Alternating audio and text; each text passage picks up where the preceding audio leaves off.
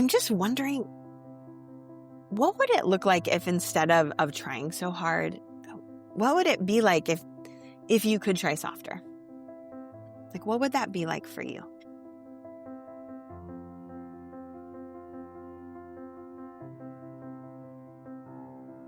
Welcome to Permission Slips, a space for you to practice paying attention to your life with self-compassion and kindness, so you can experience the wholeness, purpose, and joy you were made for. I'm Jillian DeBritz, a life and leadership coach and a recovering perfectionist, learning alongside you how to give myself permission to be human. I literally could not be more excited. I'm feeling actually quite giddy to introduce today's guest, one of my dream podcast guests, author and therapist, Aundi Kolber. Aundi, thank you for being here with me today. You are so welcome. It is it's a joy. It's a joy to be with you. Well, we've already cried some tears. The second Aundi popped on the screen, I was a little overcome by the goodness of this gift to me. And so I want people to know who haven't heard about you and your work, who you are and what you do. So let me just share your bio. Aundi Kolber is a licensed professional counselor and the best-selling author of the critically acclaimed books, Try Softer. Let me just show people who are watching on YouTube. Try Softer, Strong Like Water, and Take What You Need. She has received additional training in her specialization of trauma and body-centered therapies and is passionate about the integration of faith and psychology. Aundi has appeared on Good Morning America, regularly speaks at national events, and is a frequent podcast guest. As a survivor of trauma, Aundi brings hard-won knowledge about the work of change, the power of redemption, and the beauty of experiencing God with us in our pain. You have lived this work. Yeah. Aundi, will you tell the people who are listening a little bit about your journey and really how you got into this work of not just therapy, but of sharing the message of your life with other people through writing and beyond? Yeah. Well, thank you. And as you mentioned, I feel so honored just to see how you received me as I logged on was really beautiful. And so thank you for that. And as you shared, I am a licensed professional counselor. I've been in the field. It's almost been 20 years. And my journey, a little bit about my journey is that I am a survivor of complex trauma from my childhood, and that resulted in complex PTSD. And part of where that came from is some really significant abuse throughout my childhood. Particularly from my dad, but also, with both of my parents having pretty significant mental health issues, many areas of addiction. And so it created a lot of pain. And one of the things that was so difficult, I have 4 other siblings. I don't talk a lot about their stories just because it's theirs.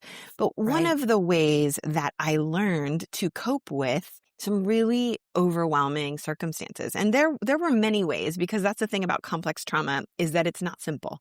It's not one event. It's so many. It's like a mirror shattering. And there's just a lot of pieces to that. And so one of the ways that I learned to cope was I became really good at white-knuckling. I got really good at sort of bypassing my body, over functioning, achieving.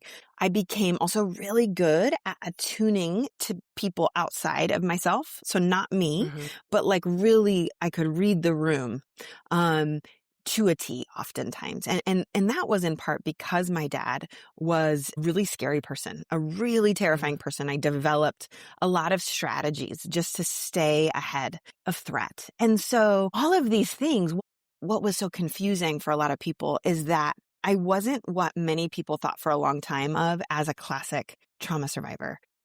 I got really good grades. I was an exceptional athlete. I didn't get in trouble. I was a really classic, good kid, good girl type framework. And so on the outside, that was, I think, for a lot of people, a lot of adults, a lot of, outside of my family and things like that, I think people thought Aundi's going to be fine. because I, in many ways, appeared to be doing the things that needed to be done. And Right. I didn't put up a fight, and I wasn't disrespectful.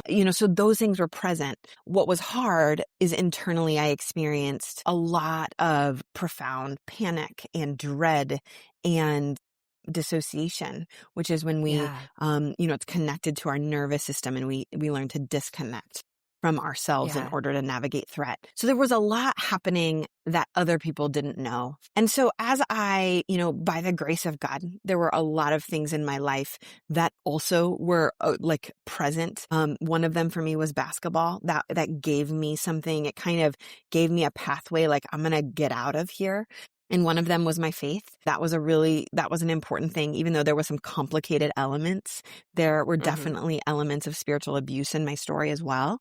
But those two things and some people in my life, there was enough there to where ultimately I went to college. I played college basketball, and I began to get a vision for what do I want to do with my life? And ultimately I decided I wanted to become a therapist, which bless my heart, I didn't know. I knew I wanted to, there was something about being and caring for people that lit me up in a way that a lot of other things didn't. And I knew that. And I had a heart for almost justice. I wanted restoration. What I didn't know was the level to which I had actually experienced trauma. And so one of the things that's confusing is that when there is no before in your story, when there's no time, you could be well, before this happened, everything was normal. Yes. There was none of that for me. And so ultimately it was so normal that it took a really long time till I, into my adulthood, began to piece together as I experienced some safe people, for example, my husband, and I was going to grad school, and I was beginning to realize oh, this is actually pretty bad. It's surprising to people how much I knew it wasn't great. I didn't know how bad it was. So all that to say, throughout grad school and in that process, I began to do my own work in therapy. I began to get a lot of support. Pieces over time were being put together. But even when I became a therapist, at the time, this is 20 years ago, talk therapy was still one of the main modalities, which there can be value to. There's good work that happens when we are in the presence of someone who's attuned and really with us. But when it comes to trauma and our nervous systems, oftentimes talking can only get us so far. And so, about a little over a decade ago, probably about 12 years ago now, I started to really recognize I needed to find some different ways in for my own healing and really with my clients. And so I dove deeper into the work of things around trauma modalities like EMDR, somatic work, attachment lenses, and how that integrates. And how does that integrate with faith? And so, it was similar to that time I began to feel almost an awakening, a calling, where I felt a sense of there's really good work that happens in therapy, but it's also not the place for me to share my story. Not at length. It's not appropriate because therapy is really for the client. And therapy is really need to be centered on the client unless and until there's something that a therapist might disclose that's really going to benefit that person. Sure. And that's the place where I began to think, I wonder if it might be helpful for me to share a little bit more of my story in a different way, but still bring my skills as a therapist. Wow. Thank you for taking the time to share so much of your journey and helping people understand what brought you through a childhood that, like you said, looked on the outside very highly functioning. And I wonder even for yourself how aware you were in your younger years and even through high school that you were white-knuckling per se, or that you mentioned not understanding how bad things were until you looked back and started putting some of the pieces together. And I imagine for some listeners, hearing the word trauma, whether we're talking about big T trauma or little t trauma, there's an association with that word that we put in a category of, okay, well, I haven't been in a car accident. I haven't, experienced extreme violence. There wasn't a thing, like you said, the before, a thing that happened and it changed me. Trauma it's probably for other people. So there's a part of me that's wondering, as you're telling your story, what was it like for you as you're in these traumatic experiences and you're dissociated, so you're not fully connected with your body? What was that sort of tipping point for you of recognizing this isn't okay and I actually need some help? Yeah. I mean, I think part of it was, I look back and I recognize that what I did feel is like this insatiable hunger or ache, and not necessarily hunger for food, but just like an ache, like and when I would use the words now, but this is not the language I would have had then, but a sense of like, where am I safe? Where can I rest? Right. And so temporarily, like I was a very successful athlete. And that that gave me something, right? Because there's a way in which I was seen or cared about that wasn't it wasn't enough to actually address the deeper pain, which is really specifically very much relational trauma. I mean, that is, if we were going to put a name to get, so it's like an attachment relational trauma where my caregivers who's really, and this is not to say that there wasn't love in my family, like there was, which is part of what was confusing, but there was also a lot of terror. I was extremely overparentified as a child. I felt very What does that old. mean? Yeah. So it means like a disproportionate sense of responsibility placed upon a child. Yeah. Where a child feels like they need to take the role, someone who, like, of the parent, for example, and they are treated that way. It's not like there's no feedback around that to say, hey, that's not your job. I know you care and you want to help, but hey, we're the parents and this is not yours to carry. Yeah. Does that make sense? So that difference, I mean, it was so this is a systemic, right, within the family system. And not that didn't have consequences outside, but developmentally, kids have very specific needs, right? And so there are things that happened to me when I was young that if they had happened to me when I was 25, but I had a good amount of stability, if I had experienced enough of that good enough parenting, it may not have been traumatic. Because developmentally what's happening in the nervous system of a young child who is literally designed to rely upon the more mature nervous systems of caregivers to actually help them co-regulate. That's part of the role of a parent. So the absence of that care in and of itself is big. But when those same people, or particularly for me, a person, my dad, is not only not able to provide that, but is actually the source of the trauma, the source of the pain, it creates internal templates that really interfere with the development of what it means to have a sense of self. Yeah. You do such an incredible job of simplifying very complex principles of attachment and development and how our nervous systems are designed to function in relationship with other people. And I so resonate with like an eerie amount of your story from, that I had never heard the term white-knuckling until I read Try Softer. And that sense of overachieving, high achievement, especially in sports. And my sport was volleyball. And that sense of on the outside, and even to myself, things appeared to be going really well. And for me, that disconnect that I couldn't even identify as anxiety of trying to strive and self-protect and make my way in the world through achievement and performance. I couldn't even identify that as a bad thing. Like it didn't even cross my mind that was, while very adaptive at the time, not sustainable or allowing me to be myself in the world.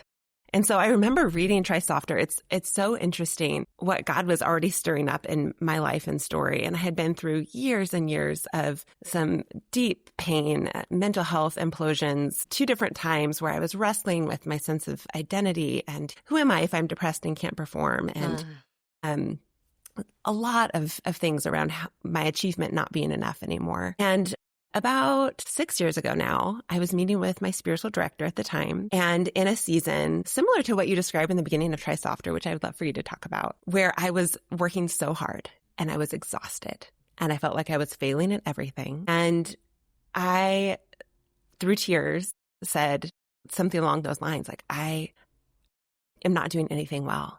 I'm trying so hard and I'm failing my kids. I'm failing at my life. And she looked at me, and I've told this story before, but this was right before I started reading your book. It was about 7 months before I started reading Try Softer. She looked at me and she said, Jillian, what would it look like for you to practice gentleness toward yourself? And it was this moment where I sat back in my chair sort of in shock because I didn't know I was allowed to be gentle. I didn't know that self-compassion was an option. That felt like a cop-out. And so I'd love for you to talk about this part of your story that you mentioned in the very beginning of Try Softer, where that phrase, Try Softer, even came from. Yeah. Yeah. Well, thank you for sharing that. And I'd love to share. And one thing I want to name too, because I think sometimes people hear my story and they're like, well, my childhood wasn't that bad. Like sometimes when they hear my story, they're like, oh, that seems like maybe that was pretty bad. And my story wasn't that bad. So therefore doesn't apply. And I before I answer your question, I just want to name something, because one of the things that I have found that has resonated so deeply with so many people, and I certainly don't know enough of your story, but just speaking generally, is how sometimes you don't have to have my exact story or to have had maybe the severity for a lot of these principles to still be at play. Yeah. And in part, it's because of the culture we actually just even exist in. Like, even let's say you had a fairly supportive family. Let's say you had a good enough element within, how you were parented. There was a lot there. But because our culture itself, and I think that this is also true even within some Christian culture too, that it's like mind over matter. We might say that that you matter and you're included. But what we do in practice teaches us you are as good. For me, if I was talking from my basketball self, it'd be you're as good as your last game. How much did you score in your last game? You're good. That's as good as you are. So if you didn't have a good game, that was your worth, right? That's so often, this is the framework of our Western culture that says, like, look, at the end of the day, you just got to figure it out and push through, whatever it takes. Yeah. And if you can't do that, that means you don't matter. You're weak. You're excluded. You're fill in the blank, right? So I wanted to add that caveat because I think in and of itself are other systems, whether it's the wider culture, whether it's sometimes smaller systems in academia or sports or church culture or high control religion, can impact these narratives. And it can be very difficult if that narrative really begins to be what shapes you. I'm so glad you named that too, specifically around faith communities and specifically in my Christian experience. And I didn't grow up in church culture. It was something that my faith was something that I developed as a young adult, and trying to make my way through this world of what does it mean to follow Jesus, and what does it mean to do this right? What does it mean to that sense of I want to be the best. I want to earn, again, the approval not only of the people around me to know that I'm okay, but the approval of God, who he's the last person I want to disappoint. And so this felt sense, no matter what anyone told me, but my felt sense in my body was do it right or you're going to be excluded. Do it right or you're going to be judged. And maybe even not by God as much as by other people within this faith community. And so even on this journey, I will say it's been really difficult to untangle some of those narratives that say, don't trust your feelings, die to yourself, your flesh, this kind of untangling again of what is our flesh, what is our body, what is good, what is bad. There's just so much confusing language that makes it difficult to know what to trust. And for me, I'm thinking about how much I externalized wisdom and looked to other sources, other people, other places, other narratives for my sense of self and what was true. And so I'm so glad that you named that sense of we don't always know what it is that we're believing about how we find our worth and value. It's not always something that we're consciously even aware of because of the culture we're in. So thanks for naming that. Yeah, absolutely. And I do want to get to your other question, but I do think that often this is the piece that people really resonate with, because a lot of people, again, there's a whole segment of folks who would be like, yeah, I still don't like, yes, I might have some little T traumas, but it's not based in like what your childhood was like, right? For like speaking about me. Yeah. But what a lot of people really have resonated with was this reality. And still I have this profound drive, and still I have these patterns, and still I have this deep fear. And, part of what I want to connect about my story and what I think other people experience is that part of why people didn't realize that anything was wrong is because I was living into the cultural narrative and doing it really well. And that's, we won't even necessarily jump into my other book, Strong Like Water, but that's where so much of my other book, I wanted to talk more about strength, because I was so classically quote unquote strong. I was so good at bypassing my body and not listening to myself and making sure that other people were happy at whatever expense it took to me, right? Yes. And so there was just these layers where it was like developmental, spiritual, psychological, physical. Every layer said, you have to push no matter what, which is why it has taken me. And maybe this might be a good way to actually address what you were asking about, which is, where did this phrase try softer come from? And where did some of that originate from? And,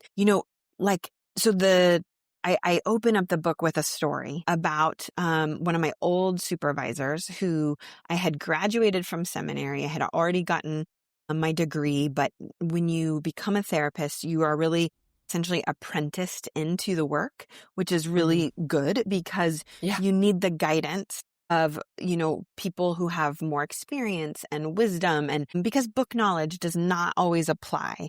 And certainly you still get application knowledge when you're even in grad school, but it takes a lot of practice to know how to have this set of skills, basically, of being a therapist. And so I was somewhat early on, and I had been in therapy, and I was doing lots of good work, but I still had extremely intense patterns where I felt extremely over-responsible for my clients is one example. Like if someone was in pain, I felt it wasn't just caring. It was caring to the extent that it was almost like I felt it was my fault. I felt like it was my fault almost. And so that's really difficult in the field of therapy, because people are complex and people need to be able to have their own journey. And as a therapist, how I see my work is to sort of be a midwife.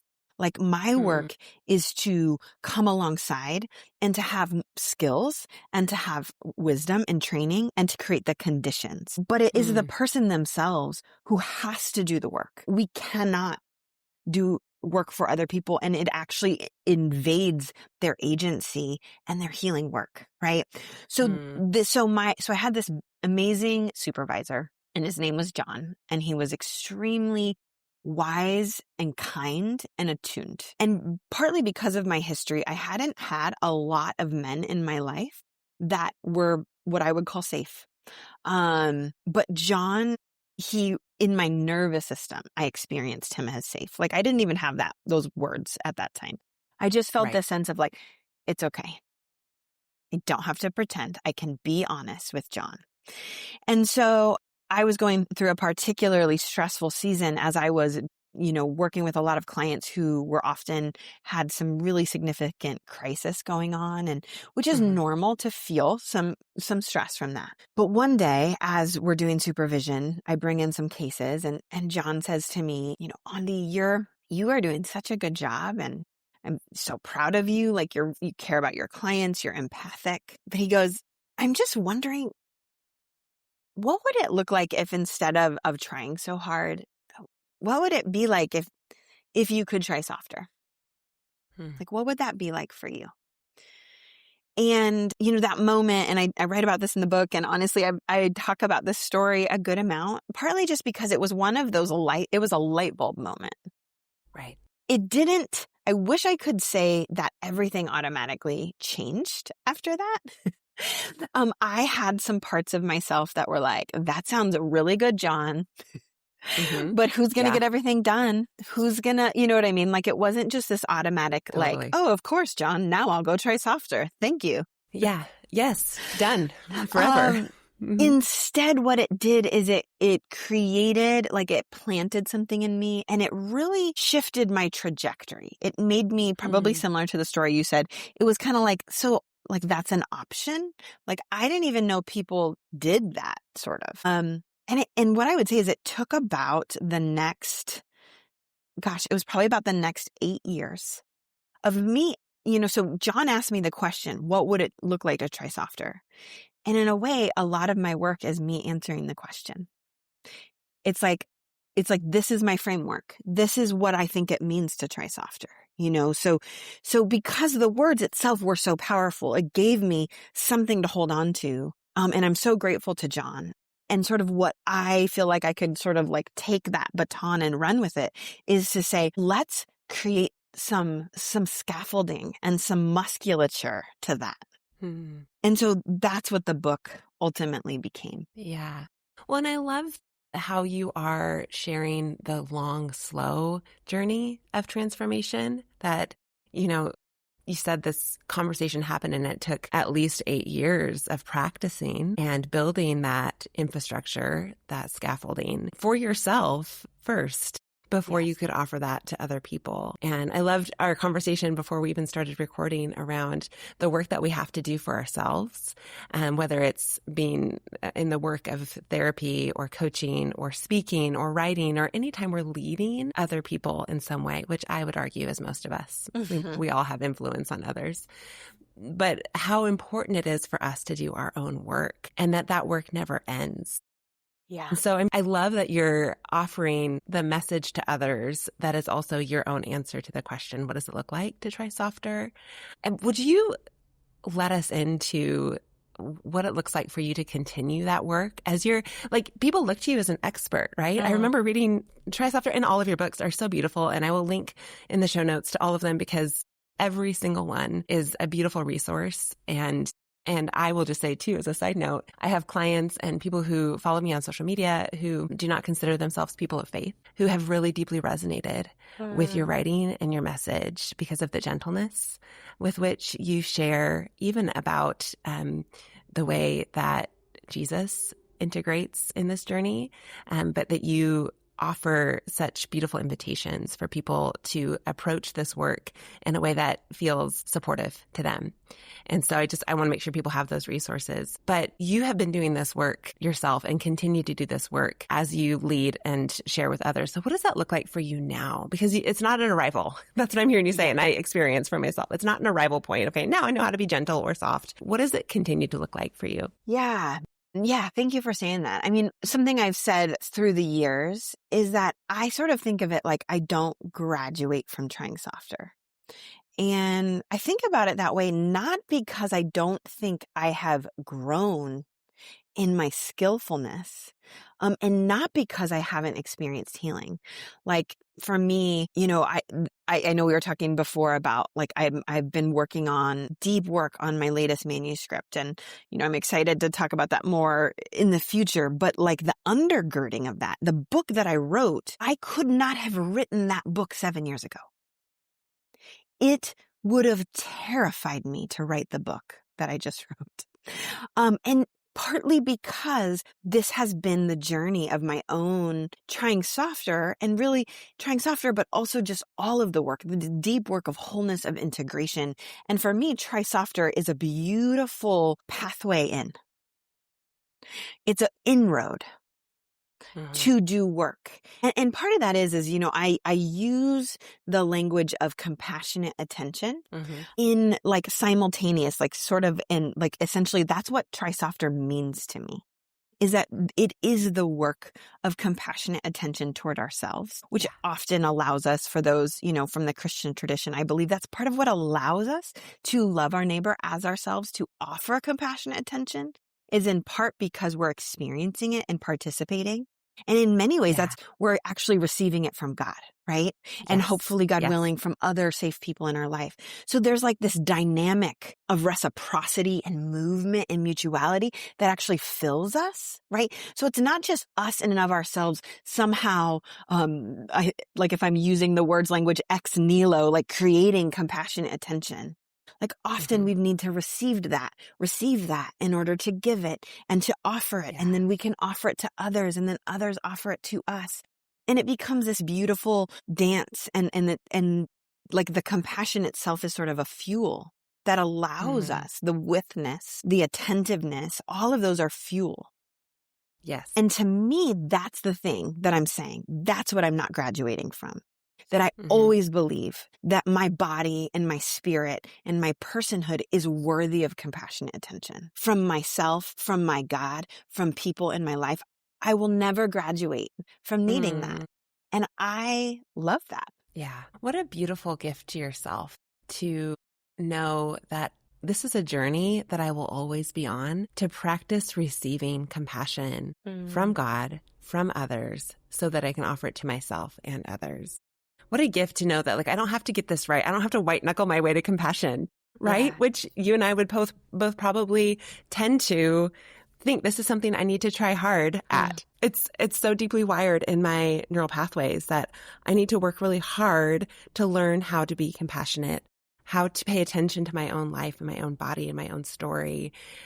And that whole idea of receiving kindness and gentleness from God kind of flips the whole narrative on its head in a way that for me was very disorienting in the beginning. It's like, wait, this isn't how I have learned or practiced relating to God or relating to myself or relating to others. And so what does it look like? What does it look like to believe that God really is kinder than I've ever imagined? Yeah. And am I making this whole thing up? Am I just making excuses? Am I just being lazy because I don't want to work hard anymore? To receive kindness and compassion, is that just making excuses? And I wonder if you have any sort of response or resistance that you've heard from people No, around trying software. I love that. And thank you for just sharing your own internal processing around it. And actually, it's super common. It's certainly been, I think, part of my own journey too. And so I want to say a couple things. First, to what you were saying around, flipping it on its head and experiencing God. And I want to acknowledge not everybody experiences God that way. This is why I often say, like, gosh, people have had experiences where faith has been weaponized against them. And when that happens, that path that we of maybe experiencing God as safe can get complicated or might not be accessible. Now, for me as a person of faith, that doesn't mean I don't believe God is safe, but that doesn't mean we are experiencing God that way. And that's worthy of honor. God honors our pacing. God knows we are dust. God knows we are fragile. God designed our nervous systems. If God designed our nervous systems to be able to only hold so much capacity at a time, then God knows that we have to return to safety or repair something in the way and at the pace that we can actually metabolize. Yeah. Wow. So I want to honor that's one element, right? And that's not always safe, which is why it really matters that we sometimes need to have a therapist or maybe a coach. Sometimes it's even nature that just helps our body to bring in some cues of safety so that we can settle enough to be able to make the choices that are in alignment with what we want and who we are. But ultimately, for me, the framework stands. The framework is this, that we work from love and not for it. And to me, honestly, this is what continues. It's a tether for me to my faith, because I think it is easy. There's many ways in the world in which basically the narrative is prove that you get to be here. Prove it first, right? And certainly we want to take that in context with, like, if we've lost trust with someone, we might need to rebuild it. Like, there are contexts for that. But for our value, for me, the Christian faith, like that we are made in the image of God, that there is something innately valuable and lovable about us, to me is so deeply potent. Because really what we're talking about is attachment work. And a lot of what we're talking about is attachment wounding. Like if I have to prove myself to matter and to be included, that's attachment pain. So what if I could first rest in the knowledge of the safety that I'm not here to prove? And that actually enables me. That's actually part of the fuel that allows me to show up in the world most authentically and most aligned. Man. And that's hard work. It is hard work. It's deep work. And this is again where when I say I don't graduate, because it's more of a practice than an arrival. Yeah. Like, I'm practicing my secure attachment. I'm practicing the knowledge that I have, like, I am loved and I am enough as I am, regardless of what I've done. I love that you use that language of practicing, especially for athletes. But for any of us who have learned a new skill, we know what it means to practice, to repeat something over and over again until it becomes second nature. So I wonder if you could break that down for us a little bit more practically. What does it look like to practice resting in the truth that we work from love, not for it? Mm-hmm. Yeah. And I do want to just acknowledge that I didn't answer your other part of your question. So we can come back to that later. You're doing great. No, this question of practicing, in a way, to be honest, that's also what I think of Try Softer, right? So for those who aren't familiar with my work, I use this framework of saying learning to try softer is the work of learning to pay compassionate attention to our mind, body, and soul. And in doing that, I think one of the things that anchors us in that is I often use the framework of what's called the window of tolerance. And that's from the work of Dr. Dan Siegel. And this to me is really just an important element. It's in many ways, it's oversimplifies our body, but for acknowledging the fact that we are embodied, I think it really matters. And so the idea being when we're practicing, we're recognizing that, if you have areas of pain in your story where it's hard not to overfunction, it's hard not to feel like you are being judged constantly on what you do, all these things, the pain of that can take us out of that window, meaning, so that window of tolerance is a range of arousal in which we can feel our feelings or have an experience or process something, and our full brain and body stay online. Yeah. So we kind of feel like ourselves. And this is the range in which we can pay compassionate attention because a really important part of our brain called the prefrontal cortex is online. And that's what allows us to observe what's going on in our body and in ourselves, right? So this is what allows us to sort of offer compassion. Like, let's say, oh man, that interaction with that person who made me feel bad that I didn't qualify to be in that program. And they made me feel really bad about that. When we're connected to that window of tolerance, we can ask questions like, man, how can my faith be a resource? What do I need right now? Is there a person who's safe that I could connect with? Is there a practice that would make me feel cared for?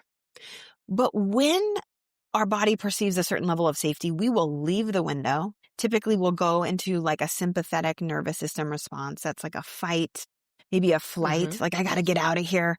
A fawning, like we become, over accommodating to something that feels threatening. And then if it doesn't resolve the threat, we'll actually drop down into a form of dissociation. We could think of that as hypoarousal. There's a disconnection.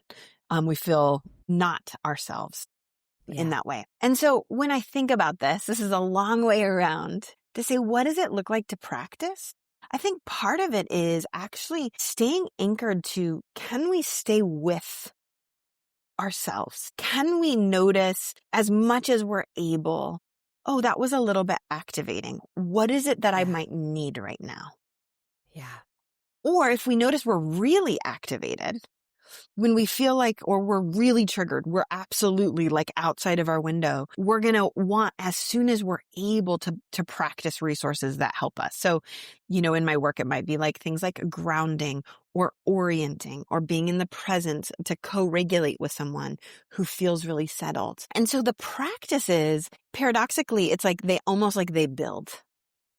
Not from a place you're more valuable, but because our nervous system, we can't think ourselves out of that stress response.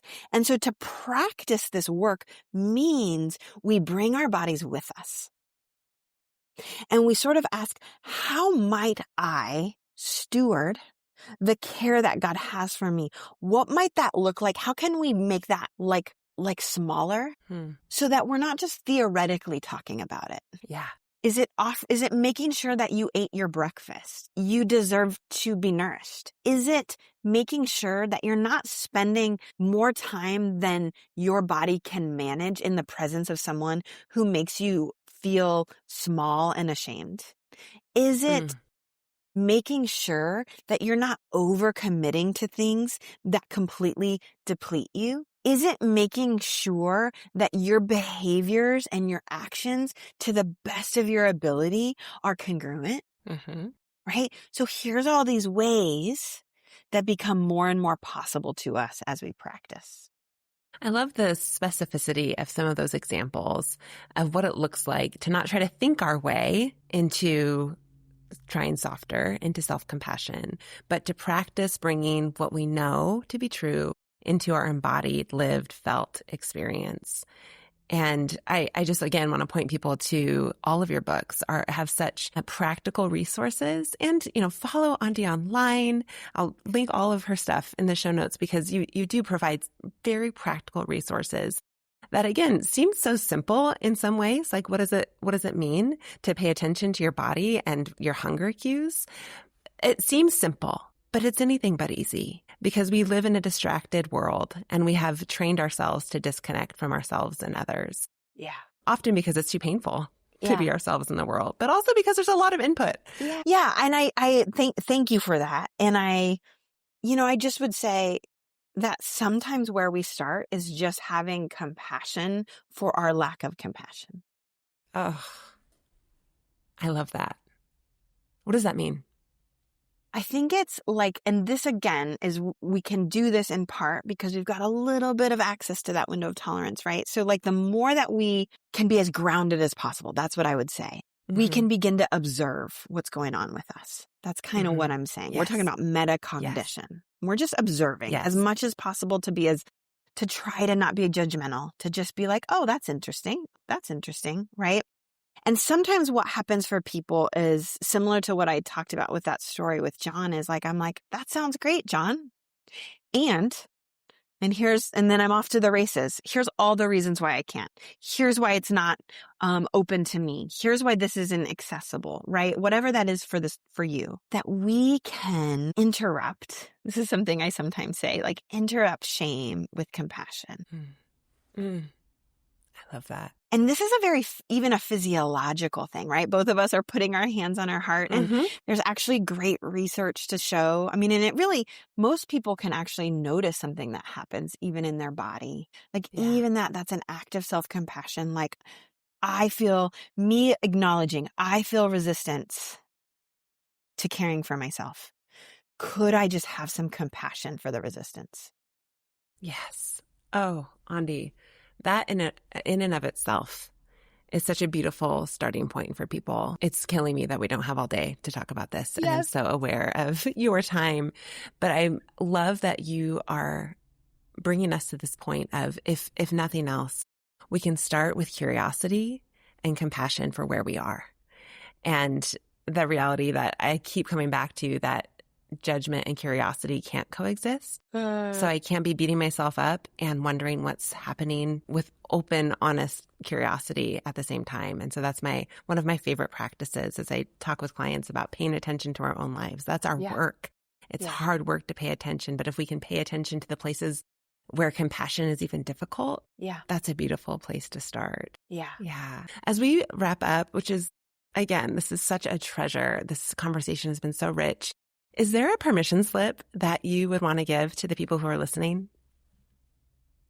Yeah. I mean, I think what I would say is that one of the things that comes up, particularly like just this time in the world, like I think there's a lot of intensity in the world. And I think one of the things that can feel confusing is when it feels like we need to not almost like acknowledge that. Like, it's kind of like, I think of it as its own form of white knuckling. It's like, put on a brave face because, do you know what I'm saying? Like, there's this way. And so to me, it might sound paradoxical, but I think sometimes for those who have maybe for a lot of their life have just pushed through, what I might just say is that it feels hard because it is hard. Mm. And maybe the permission slip is to acknowledge that. Like, and in doing this, I know sometimes people see this and they're like, but I don't want to wallow. And like, I get it. And what we're just trying to do is just honor. I use that language a lot. Can we just honor it? And just notice what that's like in your body when you honor it. Is there any opening? Is there any softening? And often I say, take what you need. So if this is not for you, that's totally okay. If you are one of those classic people, like who often it's really it's common to just be like, your armor is acting like everything's fine and you have to just keep going. What would it be like just to acknowledge reality? And does that give you any space to just give yourself a little bit of compassion? Does that open up anything in you? When you can recognize that maybe there's a reason you're tired. Yeah. Wow. I love the gift that is to ourselves, to recognize it's hard because it's hard, not because you're doing anything wrong. Yeah. Yeah. Aundi, this has been such a gift to me, and I know to the people who are listening. Thank you for your willingness to share, again, your hard-won wisdom and the practice that you continue to do in your own life, this work of paying compassionate attention to yourself. You're a gift. Thank you so much for having me.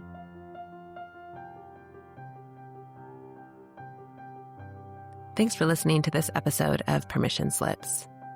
I hope this conversation will give you permission to consider what it might look like for you to try softer.